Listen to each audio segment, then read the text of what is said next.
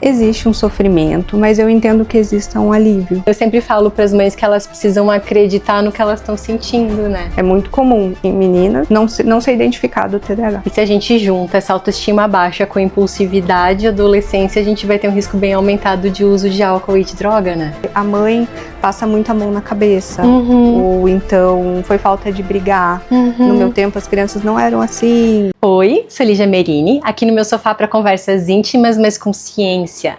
Hoje recebo a Bárbara Branco, neuropsicóloga. A gente vai conversar sobre como é que acontece quando uma criança recebe um diagnóstico. Como é que fica essa família? TDAH, TEA, como lidar com isso? E um pouquinho mais sobre TDAH. Se você já passou por um momento como esse, sabe o quanto é difícil. Se, que bom, você não passou, vai conseguir entender um pouquinho melhor como acolher e orientar quem estiver passando por isso perto de você. As pesquisas mostram que criar um filho com TDAH pode causar tanto estresse na família quanto qualquer outra doença crônica e grave, como diabetes. Vai além do sofrimento que a criança tem. Mexe com o casal, mexe com a rede de apoio, na forma como a gente se enxerga, nosso papel de mãe, de pai, de irmão, tudo fica modificado. A gente vai conversar sobre diagnóstico, tratamento, medos e também sobre esperança. Bárbara, obrigada por ter vindo aqui no meu sofá pra gente conversar. A gente que conversa o dia inteiro, a gente troca vários podcasts no WhatsApp sobre os pacientes, sobre a vida. E na avaliação neuropsicológica, especialmente, você traz diagnósticos muito difíceis ali para a família, né? TDAH, autismo, inteligência. Como é que é a reação dessas famílias quando elas descobrem que o filho não é perfeito? Com um laudo. Primeiramente, obrigada pelo convite. É sempre muito bom estar discutindo temas tão relevantes para a sociedade, para as famílias. Então, sobre a questão do TDAH, quando vem para uma avaliação neuropsicológica, a família veio motivada por algum comportamento que tenha aparecido em casa. Muitas vezes a escola é quem dá o start para uma procura desse tipo de serviço, ou até mesmo algum familiar, né? É identificado que tem algo com essa criança que chama atenção e que destoa dos pares. Normalmente esse é um caminho. E a família ela vem então já com uma busca por uma resposta. Tá. Então, se vem positivo, a família até estava esperando por aquilo. Isso, e é muito bom quando as famílias procuram. Né? A gente entende que existe um interesse inicial por melhorar as relações familiares, por melhorar as condições de vida daquela criança, a aprendizagem, enfim, porque algo não está funcionando bem. Então... E para os outros? E quando vem, a família foi por conta de um TDAH, mas aí você foi fazendo questionários e conversando e veio o autismo.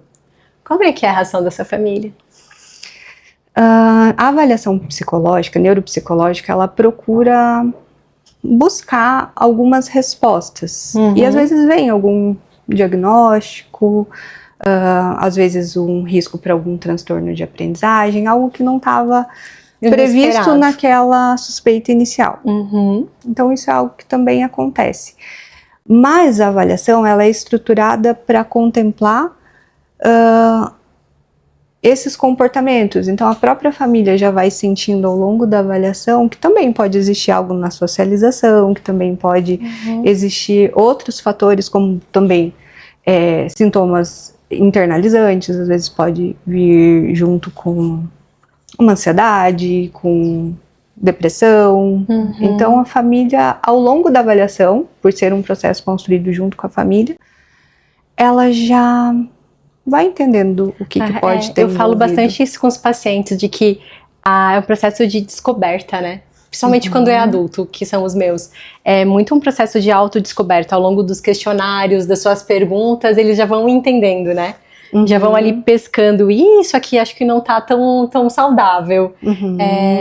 Mas e quando a família tem uma resistência ali? Isso acontece. Porque é por sofrimento, né, Bárbara? Não é simples ter óbvio que ninguém é perfeito, mas a gente tem uma idealização de que nossos filhos praticamente são. Como é que é essa questão do sofrimento das famílias quando vem o diagnóstico? Existe também? Existe um sofrimento, mas eu entendo que exista um alívio. E em questão de casais, pai e mãe, às vezes a gente vê uma diferença bem considerável na conduta de um e de outro. Então, acontece de ou o pai ou a mãe acabarem discordando entre si. Não do diagnóstico em si, mas de como fazer com ele?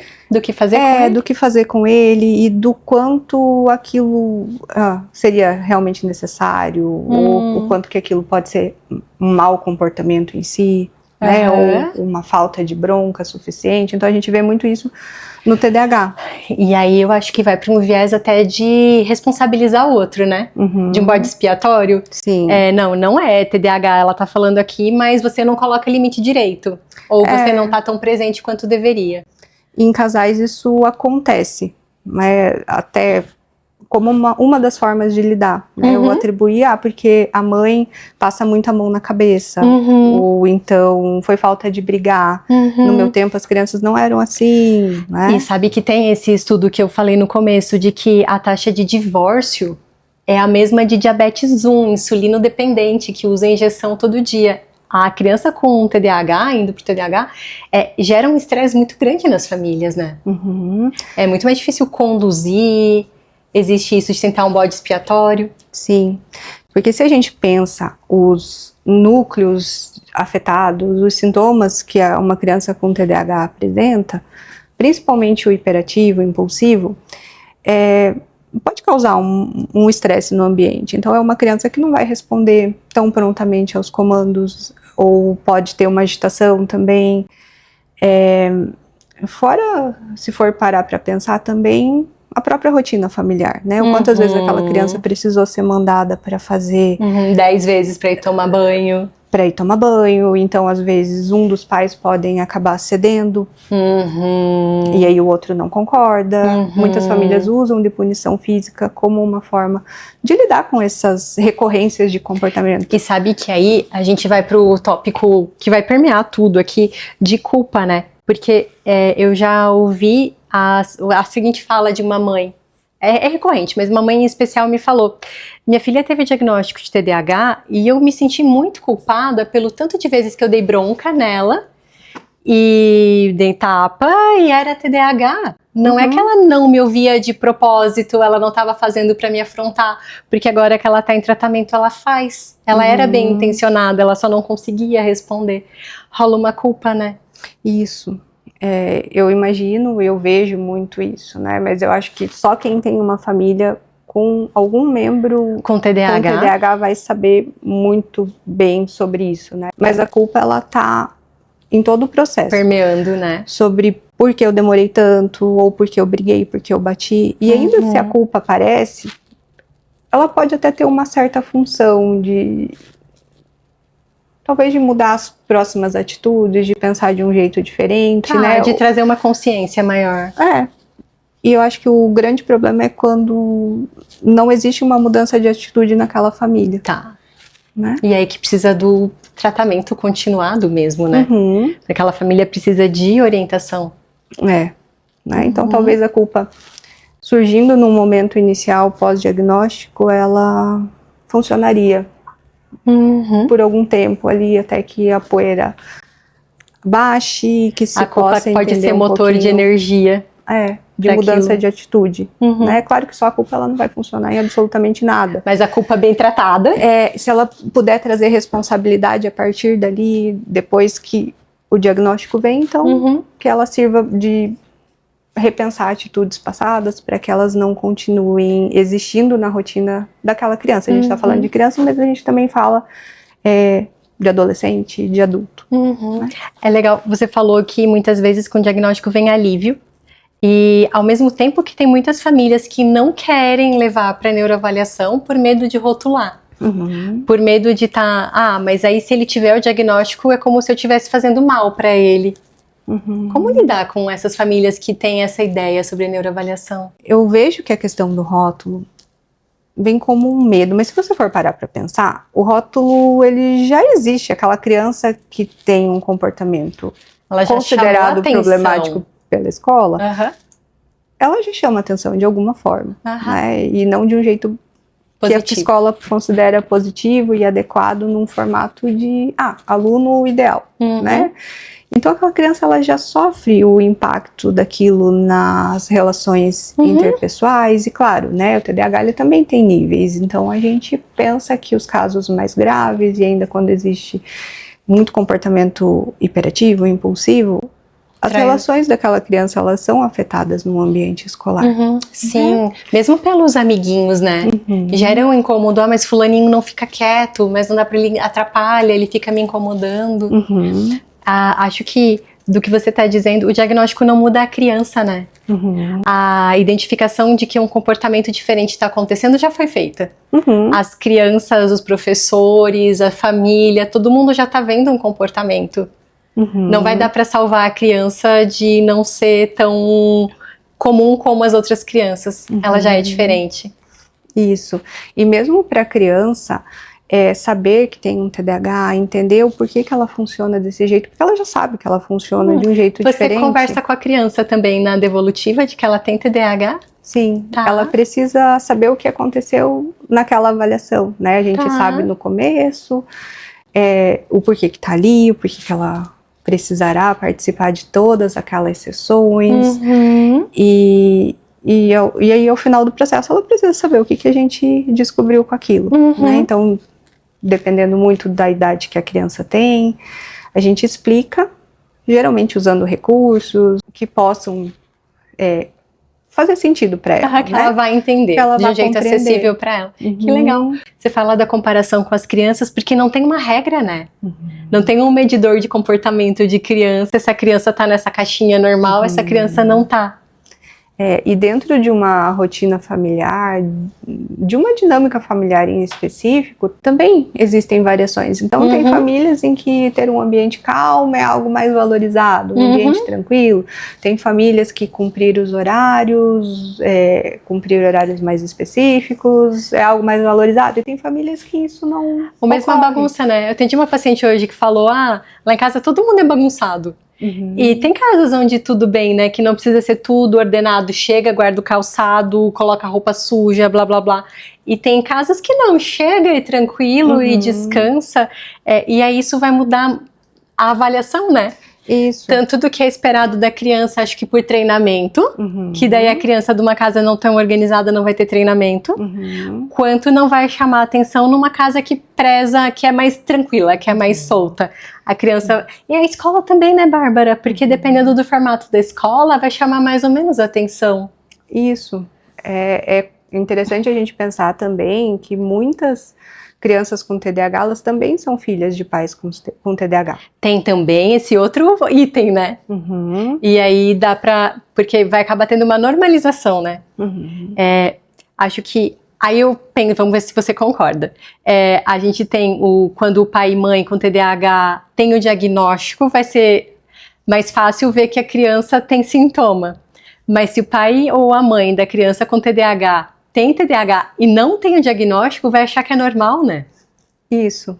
Eu acho que esse é um fator muito interessante para ser pensado em questão de comportamentos iniciais, né? O que vai motivar essa busca por uma avaliação. Por isso que o contato com os pares em um ambiente institucional, uma escola, um CMEI, enfim, que vai dar muito norte para se entender o que está aparecendo de diferente. A gente tem então um papel importante da escola, de também identificar essas crianças e conversar com os pais. É delicado, né? Sim, né? E a escola é uma das principais starts, é um dos principais starts para a busca. Tá, né? Existe isso, então um caminho comum de busca por diagnóstico e neuroavaliação é a escola. A escola chamar os pais a atenção para isso. Isso, e se entende, né? Se imagina, se espera que na escola existam pessoas especializadas que entendam de neurodesenvolvimento, que tenham estudado isso mesmo que de um ponto de vista da educação, que consigam fazer esse filtro, que tenham esse olhar para isso. E a escola depois continua sendo importante no tratamento da criança, né? Sim. Eu sei que você faz depois entrevistas seriadas com a escola, faz um acompanhamento. E a escola participa, depois recebe um material e orientação, e mesmo acabando a avaliação e essa criança iniciando um processo de terapia, a escola ela segue sendo acompanhada, né? Algumas vezes a criança vai demandar mais suporte, outras vezes menos, né? Mas é muito importante um trabalho integrado, família, E escola e né? equipe terapêutica. Teve o diagnóstico, não acabou, né? Na verdade, começou todo o tratamento da criança. Se a gente volta para a questão do quanto os sintomas são amplos, né? E da idade de início, a partir de qual idade a criança pode ir para uma neuroavaliação? Existem testes que eles são muito mais abrangentes, pensando em questão de testes, né? Que a gente precisaria de ferramentas para essa avaliação. A criança tem que saber fazer algumas coisas para fazer os testes. Isso. Antes disso, até é muito mais interessante alguns rastreios, alguns instrumentos que são mais qualitativos, né? Mas uma idade interessante para avaliação, né? Nessa fase em que a criança já consegue responder testes, porém antes muita coisa já pode ser feita em termos de rastreio mas acho que, pensando aqui, antes talvez seja mais, existe um sintoma, cuidar do sintoma, né? Talvez não dê para fechar diagnóstico com uma criança muito pequena, mas se a criança está um comportamento que está muito diferente das criancinhas da outra idade lá no parquinho, dos primos, dá para fazer intervenção mesmo sem ter diagnóstico, sim, né? E uma avaliação, daí, no caso psicológica ou a utilização de instrumentos de rastreio, eles vão apontar riscos.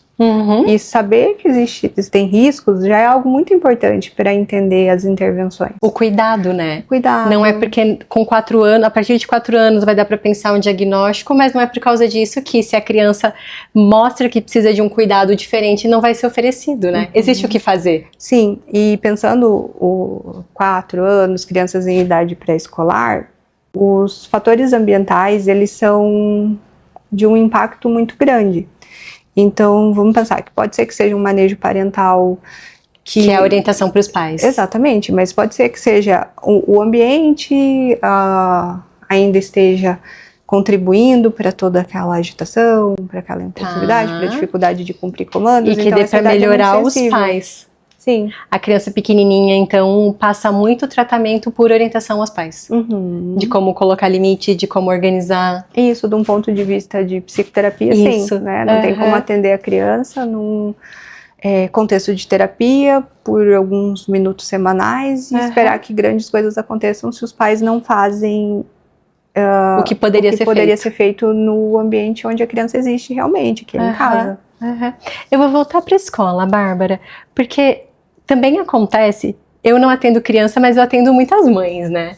E acontece às vezes da mãe achar que pode ser que o filho tenha algum sintoma e não vinha essa demanda da escola, ou até a mãe vai conversar com a escola e a escola fala, não, mas seu filho, sua filha é ótimo e presta atenção, tá tudo certo, mas a mãe sente, ela lê um livro, ela viu alguma coisa e sente que não é bem assim. Ela deve procurar atendimento, mesmo sem a escola validando? Como você acha que esse poder da escola? E é sempre muito importante considerar o perfil da escola, fatores como o número de alunos, né, crianças... Uma sala muito grande não vai dar para a criança ser vista. Ainda mais se tratando no TDAH desatento, em que não existe uma agitação diretamente associada. Então, às vezes são crianças que ficam ali quietinhas, elas apenas não fazem, talvez não processam as informações que recebem como deveria, mas elas não têm grandes problemas de comportamento. Elas não incomodam. Né? E então, toda suspeita, toda queixa, ela precisa ser olhada. Né? Eu concordo. E eu sempre falo para as mães que elas precisam acreditar no que elas estão sentindo, né? Porque senão vem uma invalidação. Você disse que pai e mãe reagem diferente, você não falou quem é quem, mas eu vejo muito os pais invalidando a fala das mães. De as mães que ficam ali muito mais tempo com a criança, com um cansaço e entendendo que aquilo, isso não tá certo. Não era para ser assim, eu sei que não era para ser tão difícil. E o pai falando, não, é você que não tem paciência, é você que não cuida. E aí eu sempre tento trabalhar com as mães, que é para elas acreditarem no que elas estão sentindo, né? E um bom profissional, caso a criança não tenha nada, vai dizer que não tem nada, né? Ou né, vai sugerir ajustes no que rotina, quer que seja, no casamento. Ou incluir também esse pai diante dessa questão, né? Porque toda queixa, ela precisa ser olhada. A gente só vai trabalhar de formas diferentes com a queixa. A gente tá falando da questão da idade, tem uma diferença importante também dos sintomas de menino e menina, né? Como é que você vê essa diferença de gênero no TDAH? Então, quando a gente pensa o que se espera de uma menina, a gente imagina que as meninas precisam ser quietinhas, brincar de coisas de menina, montar uma casinha, né? Então, tem toda essa influência, né, do que se espera de uma menina. E dos meninos, tudo bem, se eles forem mais agitados, correrem. O quanto os meninos podem explorar o mundo tem uma permissividade nisso, né? De que eles podem escalar mais que as meninas.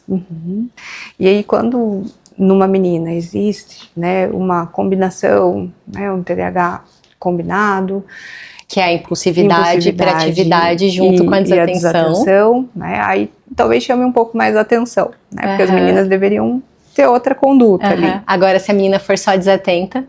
aí costuma ser mais difícil, e ainda mais se ela tiver um ambiente escolar que não seja tão exigente assim, então acaba passando muita coisa. Tem um sintoma de TDAH que eu acho super interessante, porque assim, a gente tem a desatenção, a hiperatividade, e a hiperatividade muitas vezes é impulsividade, né? E acho que isso sempre converso com os adultos, de que o adulto não vai estar escalando o sofá, mas o adulto vai estar tomando multa no radar toda hora, vai tomar decisões erradas, vai assumir mais coisa do que deveria no trabalho, ele vai ser impulsivo, a hiperatividade vai ser a impulsividade. Quando a menina, ela não tem então esse padrão agitado, ela é só mais dispersa, tem subdiagnóstico, né?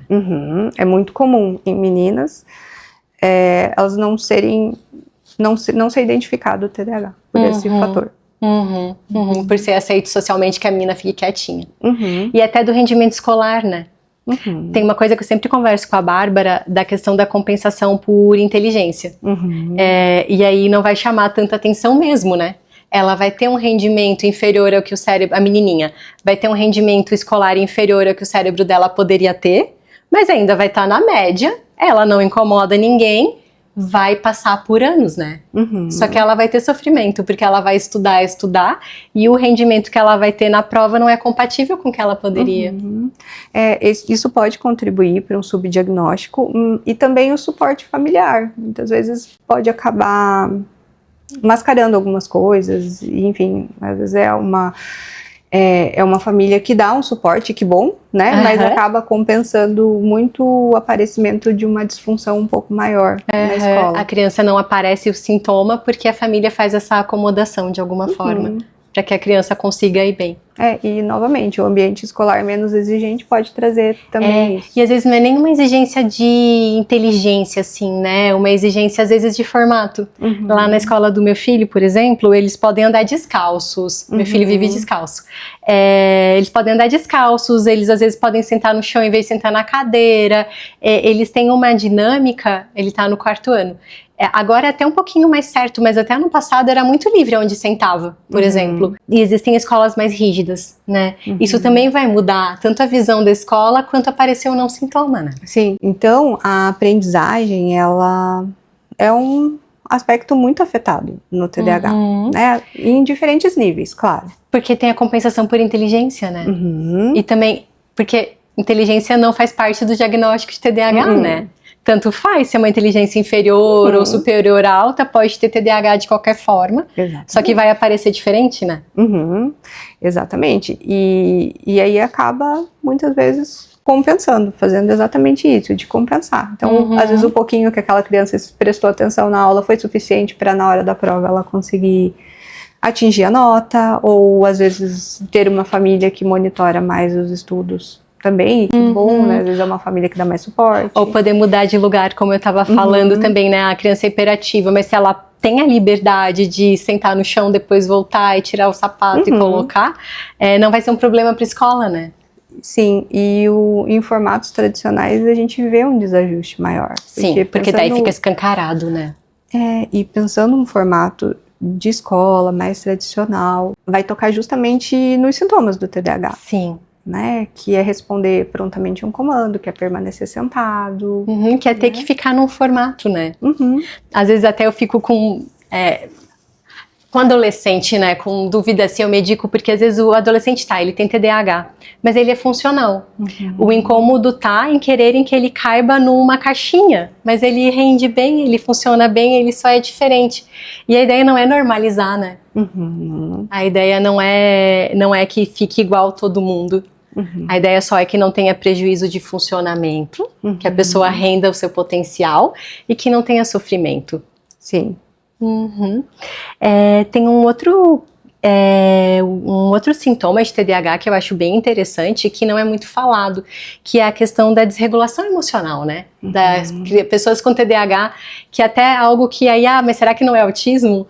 Porque existe nessa impulsividade uma dificuldade de controlar a emoção, né? Me conta um pouquinho disso. O que é muito comum nesse público. Reagir instantaneamente, impulsivamente. Do nada, explodir. E isso num cotidiano a gente vê como bater nas crianças, bater nos amiguinhos e consequentemente ser repreendido. Em adulto a gente tem explosão, né? Adulto não tratado com TDAH é um perfil impulsivão e a gente vai ter desregulação emocional nessa impulsividade, nessa explosão. Sim, e é o famoso pavio curto, né? Fulano de tal é pavio curto. E aí vai ver com calma, tá lá um cara que não consegue ficar parado pra ler e que vem como a fala que vem eu não gosto, né? Eu não gosto de ler. E aí você vai entender por quê. Um dia uma paciente me falou, a gente começou a tratar, ela foi por ansiedade, melhorou a ansiedade e, eu vi um TDAH enorme ali. E com o tratamento ela tirava 3, 4 em nota, passou a tirar 9, 10. Foi uma resposta linda ao tratamento. E ela falou que ela não gostava de ler. Quando a gente começou o tratamento, aí um dia ela voltou na consulta e falou, eu entendi porque as pessoas gostam de ler, porque as pessoas lembram do que aconteceu na página anterior. Elas não precisam ficar voltando, agora eu entendo a história. É muito legal, né? Sim. E uma coisa acaba indo para outra, porque se a pessoa não consegue manter a atenção porque ela é dispersa, ela vai ficar trocando de atividade também, né? Exatamente. E isso que a gente está falando é também para o pessoal que é desatento. Aqueles que ficam quietinhos e que acabam não incomodando. Eles também têm essa desregulação, essa disfunção no controle de se desorganizar, né? Isso. E aí em criança, mas em adulto também, mas em criança tem muito com cansaço, com fome, com sono, né?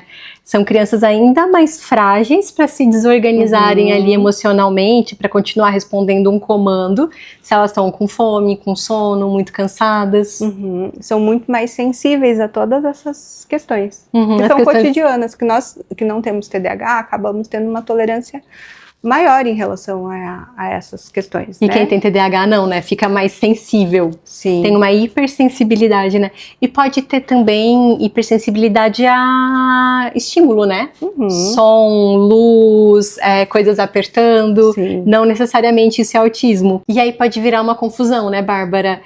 De perceber o filho, ou mesmo de se perceber, vamos falar um pouco de adulto também, com hipersensibilidades. Aí a pessoa tá vendo aqui o vídeo e tá, nossa, mas eu não consigo usar cinto, eu não consigo usar relógio. Quando a gente fala de criança, qual que é o primeiro profissional assim que pode ajudar essa mãe, esse pai a entender melhor a criança? Consultas de rotina com os pediatras. O próprio pediatra. Para que esses alertas sejam disparados. E acho que, porque quando é um neném, a gente vai muito ao pediatra, mas depois meio que a gente vai largando. E aí a consulta de rotina com o pediatra vai ajudar nisso também. Deve ajudar nisso. Sim, eles sempre avaliam, né, o neurodesenvolvimento, eles veem como é que tá a parte neurológica, o funcionamento, a resposta aos comandos, então o pediatra vai ser um primeiro grande triador. E conhecer os marcos, né? Porque vai ser um profissional que vai conhecer o que é esperado. Os marcos de desenvolvimento, os pontos de desenvolvimento. Quando a gente pensa aí num adolescente, num adulto, aí vem a neuroavaliação, né? Para fazer essa diferenciação, TDAH, TEA. Exatamente. E aí é com a neuropsicóloga, como você. Eu estava vendo eu estava num congresso e eles estavam falando para adulto do quanto o TDAH às vezes aparece pouco em neuroavaliação. Que para adulto o diagnóstico ele é mais clínico, né? Que só 30% dos adultos com TDAH vão positivar na neuroavaliação. 70% vão ter sim TDAH, mas na neuroavaliação não. Só que quando a gente pega uns enroscos de, mas isso aqui, essa hipersensibilidade é autismo, é TDAH, aí é neuroavaliação, né? É muito importante, né? Isso de não ser tão sensível, é um ambiente de testagem, então ele é um ambiente completamente artificial. A avaliação neuropsicológica. É um ambiente artificial, a pessoa sabe que está sendo testada, então a performance dela vai estar mais ligada a controle de distratores e tudo isso. E é muito comum, principalmente quando existe uma inteligência mais acima da média, que os testes não fiquem abaixo, nem num médio inferior, nem nada assim. Mas aí vai muito a entrevista também, né? É que aí vem a parte que é a avaliação clínica, que a gente poderia fazer em consulta, mas vem o que é dito, né? As experiências de vida, as experiências do familiar que convivem com aquela pessoa. Isso também vai muito além dos testes, né? Muito além dos testes. A avaliação, ela é muito além dos testes. Os testes são uma das ferramentas. Assim como a entrevista com a escola, a entrevista familiar, o próprio comportamento daquela criança, daquele adulto, na avaliação já mostra, né, do que tá sendo investigado. Algo que a gente tem escutado muito são as pessoas falando, nossa, mas agora todo mundo tem TDAH, ou como é que isso pode ser? Aumentou a taxa de diagnóstico, né, Bárbara? O que você acha que tem aí de ingrediente para esse aumento? Bom, existem muitos fatores, né? Um deles é uma maior divulgação sobre o que é o TDAH, sobre um maior conhecimento dos critérios diagnósticos. Eu acho que esse é um fator importante. Das pessoas terem mais acesso mesmo. Isso. Então, tem muitas pessoas que contam, eu vi no TikTok alguém falando sobre TDAH e eu tenho muito do que foi dito lá. Não só o TDAH, o autismo. Então, esse aumento de acesso às informações... A educação e saúde mesmo. Né, eu acho que isso explica muita coisa. Porque a gente pode ter desatenção e a gente pode ter um sentimento de agitação, inquietação interna em muitos outros transtornos e fases da vida, mesmo que isso ainda não tenha atingido um nível de transtorno. Não é porque eu tenho desatenção que eu sou TDAH, né? Não é assim o diagnóstico. Né? Não é porque eu sou impulsiva que eu tenho TDAH. Não é porque eu cometo falhas no meu trabalho que eu tenho TDAH. Né?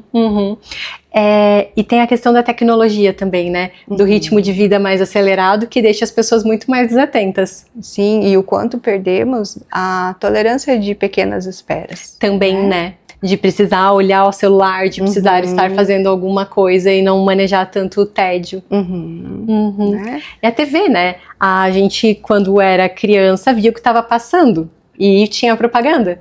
Hoje em dia as crianças assistem o que elas querem a hora que elas querem. Isso diminui muito o tempo de espera, o treino para espera.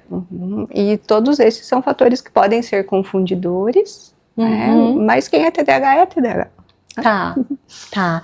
E de onde vem o TDAH? Qual que é a origem da doença? O que se sabe até hoje sobre o TDAH? Porque tá aumentando tantos estudos, né, Bárbara? Sim.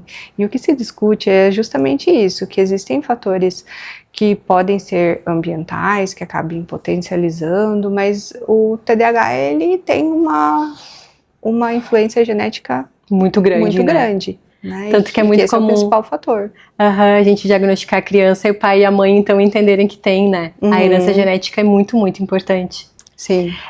E aí tem o ambiente e tem também a possibilidade de outras doenças, né? Tem a prematuridade, tem a questão de doenças metabólicas. Sim. Uso de substâncias. Uso de substâncias pela mãe.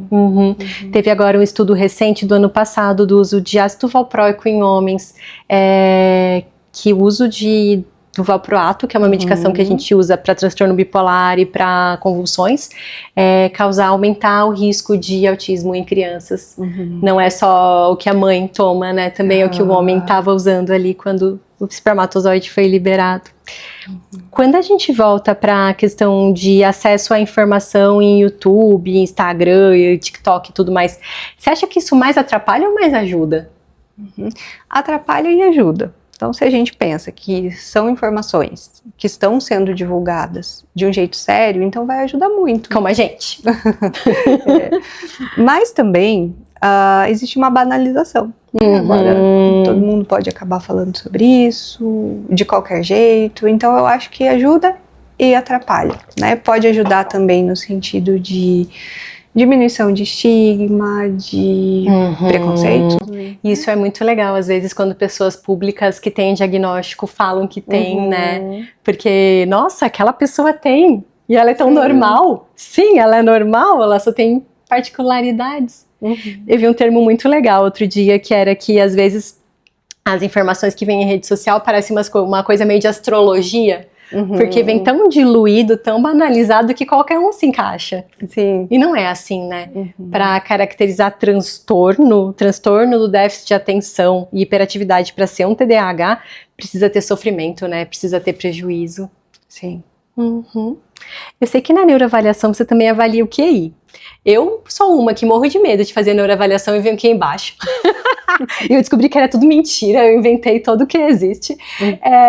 Como é que é isso de... Tá, e aí eu vou levar meu filho e veio um QI baixo. O carinha ali não é inteligente. Acabou a vida? Se tratando de testagem, muitos fatores podem atrapalhar o desempenho naquele ambiente, naquele contexto. Então, alguém que vai fazer os testes com fome, por exemplo, que foi um exemplo que a gente falou agora há pouco. Ela pode atrapalhar o resultado. Exatamente, né? Sono, fome, ansiedade de desempenho, que basicamente é quando a gente fica muito preocupado com o que vai acertar, o que vai acontecer, né? Então, a testagem ela precisa ser complementar, sempre como uma medida que auxilie na compreensão do perfil daquela pessoa. E teve um dia que você me contou de uma pessoa que você fez a neuroavaliação, o QI veio baixo, mas era super funcional, né? Sim. Porque também não se... Exatamente. Né? A gente tem paciente com QI super bom e que não traduz na vida, não traduz em ter um emprego, em ter relacionamentos estáveis. E você me contou outro dia de um cara que você testou e o QI era inferior, mas ele estava tranquilo, né? Tinha uma vida familiar boa, tinha um emprego. E não apenas a questão de QI mesmo, mas ele estava dentro de um grupo de funcionamento intelectual limítrofe. Então, questão de testagem, sim, limítrofe. E comprometimento na funcionalidade, sim, mas pais que prepararam muito bem ele para a vida. Então, ele resolvia muitas coisas de um jeito autônomo. Ele conseguia ter autonomia mesmo com um prejuízo ali. O emocional, ele acaba sendo muito prevalente, né? A ansiedade atrapalha a testagem da inteligência, o emocional acaba sendo muito mais importante. Sim. O ambiente, a forma do cuidado. E nos contextos de relações familiares também, ou como que os pais conduziram aquela vulnerabilidade, aquela dificuldade que aquela criança apresenta, ou aquele adulto que um dia já foi criança apresentou, como que eles incentivavam, como que eles repreendiam. Que daí a gente volta para essa parte do emocional para as escolas, né? A forma como a escola cuida vai mudar como a criança reage. Para melhor e para pior. Sim. E quando a família, porque a gente está falando de tratamento, de que tem menos de 4 anos, poderia já ir numa terapeuta ocupacional, numa psicóloga, avaliação neuropsicológica, só que tudo isso custa dinheiro, né? E no SUS, o que existe de possibilidade, Bárbara? Eu sei que sempre tem fila, mas as pessoas podem procurar por onde? Por onde elas começam? Escola. A escola vai saber o caminho de cada cidade, de cada local. Perfeito. Né? As coordenações a unidade de saúde. Também, o postinho. Né, vai poder mostrar um caminho e também dar alguns parâmetros sobre como que funciona, como que é a demanda, como que o quanto que o sistema consegue absorver daquele público. E tem as faculdades também, né? Tem as faculdades, que existem as clínicas, escolas, que disponibilizam algumas vagas anuais ali para, por exemplo, avaliação, psicoterapia. Paciente que precisa de terapia e não tem condição, eu sempre peço para ir nas faculdades que tem psico, porque eles têm as clínicas, né, para atendimento. Certo. Quando a gente volta pro tratamento, a resistência a tratar, a gente conversou sobre rótulo, o que você vê de impacto em não tratar o TDAH? Quando a gente tem muitos adultos que tiveram diagnóstico de TDAH agora, né, com 30 e tantos, 40 anos, como é que você vê o impacto de não ter tido tratamento? Os prejuízos de um TDAH não tratado, eles podem se estender para todas as áreas da vida da pessoa. tanto de um jeito individual, com sintomas internalizantes, Que é o que, ansiedade, depressão, porque são muitos feedbacks negativos recebidos ao longo da vida. A autoestima vai pro saco, né? Sim, então é uma criança que foi ao longo da vida escolar, na vida familiar, ouvindo muito de que faz tudo devagar, que já foi explicado para ela e ela errou de novo. Então, É uma isso criança de um que jeito levou muita cumulativo. bronca, né? Sim. De não ter feito, às vezes de incapacidade, né? De preguiça, vem um monte de rótulo aí moral mesmo sobre a criança. E são pessoas que acabam não adquirindo aquele sentimento de autoeficácia, de que elas conseguem fazer. Uhum. E se a gente junta essa autoestima baixa com impulsividade e adolescência, a gente vai ter um risco bem aumentado de uso de álcool e de droga, né? Sim. Né? Aí muitos estudos mostram o quanto que essa população acaba sendo mais vulnerável. Eu estava vendo que 2/3 das pessoas que têm TDAH vão ter algum outro problema emocional. Ansiedade, depressão, uso de substâncias, assim, 2/3 é muita coisa, né? Sim, e muito disso poderia ter sido evitado com um diagnóstico e o tratamento. Não vai rotular, né? Vai cuidar da criança, ter o diagnóstico. E tem um impacto em relacionamentos também, né? Toda essa impulsividade, toda essa insegurança. Ao longo da vida. Né? Então, podem ser relações de amizade com muita fragilidade. Com ruptura. Tem paciente que fala, nossa, mas eu esqueço de mandar mensagem para as minhas amigas. E aí não nutre a amizade, né? Sim. E relacionamentos amorosos também. Que daí a gente pode ter muito relacionamento abusivo, né? Com essa insegurança das meninas com TDAH especialmente, mas os meninos também, né?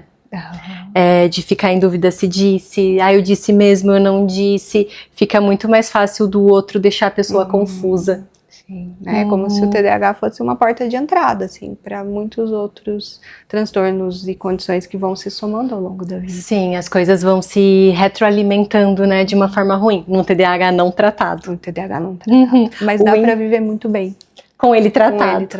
O índice de separação acaba sendo mais alto, e tem a questão da vida profissional também, né? Tanto de repetência, não passar em concurso. Eu fiz um diagnóstico de um cara com 50 anos e de TDAH, e aí ele foi repassando a vida. O vestibular que não passou e fez uma faculdade particular em vez de fazer uma pública, o concurso, o escritório que ele não ficou, o outro que quebrou, daí começou o uso de álcool. E por tudo onde a gente ia, tinha a questão do TDAH boicotando o desenvolvimento dele, né, mesmo adulto. E aí te pergunto, porque quando eu vejo esse cara, por exemplo, né, ele ficou muito destruído quando ele teve diagnóstico, por mais que ele com a medicação agora tenha melhorado, mas ele olhou para trás e viu um rastro gigantesco de TDAH. Você acha que mesmo assim vale a pena fazer diagnóstico em adulto? Com certeza. O diagnóstico tardio, ele precisa ter essa função de melhorar a compreensão da pessoa sobre ela mesma. Para tirar o próprio julgamento moral. Para poder dar novos significados para as experiências que já aconteceram, porque elas não vão mudar. Não, elas não vão mudar. Mas as futuras podem mudar. Quando o meu filho tinha 3 anos, ia ter uma festa de Dia das Mães, era um piquenique, num parque. E eu fiquei pilhando o meu filho a semana inteira. Comprei bolacha artesanal para levar e fiquei que vai ter não sei o que, Dia das Mães. Aí a gente chegou no parque, eu toda programada, tudo certo. Bárbara, as últimas pessoas estavam indo embora. Eu chorei tanto. Eu errei o horário de um evento que era muito importante para mim e para ele. E eu não consegui, ele era muito pequeno, eu não conseguia explicar para ele o que tinha acontecido. E eu fiquei muito mal. Meu diagnóstico veio depois. Mas a gente olha e acontece tanta coisa. E é tão difícil. Mas eu concordo com você que mesmo tardio vale a pena. Pra não acontecer de novo, né? Pra gente errar menos, pelo menos.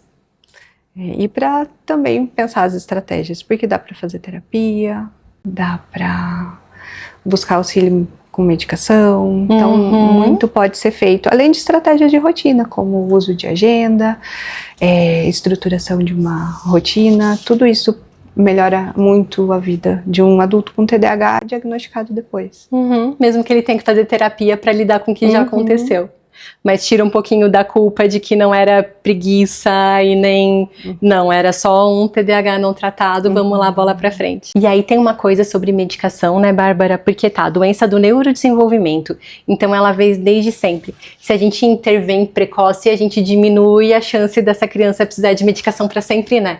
E muitos sintomas entram em remissão. Isso é Se a gente muito trata importante. cedo, né? Seja com as terapias, seja com a medicação, a gente consegue fazer com que daqui a pouco a doença não atrapalhe mais a vida da pessoa. E aí os sintomas, eles vão se apagando e deixam de ser disfuncionais, né? Aqueles comportamentos que lá na infância atrapalhavam muito apareciam. o funcionamento. Eles ficam mais quietinhos. Tratar precoce faz inclusive com que se trate por menos tempo, né? É parecido com um aparelho dentário, quando agora eles estão tratando as crianças pequenininhas e elas ficam por pouco tempo com o aparelho. Quando antigamente, na nossa época, tratava já adolescente, se ficava por muito tempo. Se a gente intervém precoce, o tempo de medicação é reduzido. E o impacto também, né? Porque a gente muda a direção da vida da pessoa antes. Porque fica o medo, né? Ah, mas eu vou começar a terapia, nunca mais vou ter alta. E não é assim, né? Não, a terapia ela funciona para aprendizagem de estratégias, precisa ter um objetivo muito claro, o que vai ser trabalhado naquele momento, e que com é a finito. criança, com o adulto, né? E que se estiver funcionando bem, não precisa. E se deixar de funcionar daqui a um tempo, volta. Ela volta. Dá para fazer por fases. E quanto mais cedo, maior chance de ter alta, né? Sim, né? E aí a gente tem muitas possibilidades ainda quando se fala de infância, né? Um bom tratamento, um bom ajuste familiar. Porque é um cérebro muito mais flexível, né? A gente tem um cérebro flexível no adulto também melhora. Só que criança é diferente. Criança melhora muito mais rápido. E só de reduzir sofrimento já é um grande investimento. Porque daí você diminui todo o desdobramento que a doença ia ter. Você consegue ir lá, bola de neve, né? Você pega a bola pequenininha e desfaz. Ela não precisa ficar gigante para procurar tratamento. A intervenção precoce vai mudar a rota e vai fazer com que a criança possa até ter alta. Sim. E viva bem, né? Viva feliz, e tem uma vida boa. A vida profissional, ela vai ser mais promissora. A criança vai poder usar o seu potencial para... Vai poder usufruir do próprio cérebro, né? Muito, muito obrigada por ter vindo, Bárbara, por ter enfrentado o desafio das câmeras. É sempre um prazer conversar com você. Obrigada. Diagnóstico não é uma sentença ou um rótulo, é um mapeamento que possibilita um caminho de cuidado. É um ponto de partida para procurar apoio, para receber ajuda. E isso vai melhorar a qualidade de vida, tanto de quem recebeu o diagnóstico, quanto de quem está ao redor. O que eu quero que fique com você hoje dessa conversa bem boa aqui no meu sofá? Primeiro, respira e escreve. Anotar o que você vê de diferente na sua criança ou em si mesmo, caso seja você adulto paciente, vai te trazer clareza mental e vai te ajudar na hora da consulta com o seu profissional. Tenta ter previsibilidade, ter rotina, horário de sono, horário de alimentação, não deixar a sua criança muito cansada, com um sono muito restrito, com fome, e nem você adulto, que adultos com TDAH também desregulam por conta disso. Cuida da rotina, tenha previsibilidade, divida a responsabilidade, envolve todo mundo no tratamento. Quem que cuida dessa criança? Chama todo mundo, vai junto lá na neuropsicóloga conversar, marca outro horário, vai tirar dúvida, anota a dúvida e leva. Divide o cuidado, divide a responsabilidade com quem também participa dessa criança. Escolha bem aonde você se informa, filtra, vê qual é a formação de quem você está olhando ali no Instagram, no YouTube, o que está te dizendo. Cuida do que você recebe de informação. TDAH não tratado não desaparece sozinho, ele até atenua, mas ele fica deixando rastro nas relações, na vida profissional, na autoestima da pessoa. Levar sua criança ao tratamento ou se levar ao tratamento é cuidado, é amor. Se essa conversa te abraçou, compartilha com quem pode ser acolhido por ela também. Juntas a gente pode espalhar informação de qualidade. E aproveita e se inscreve no canal.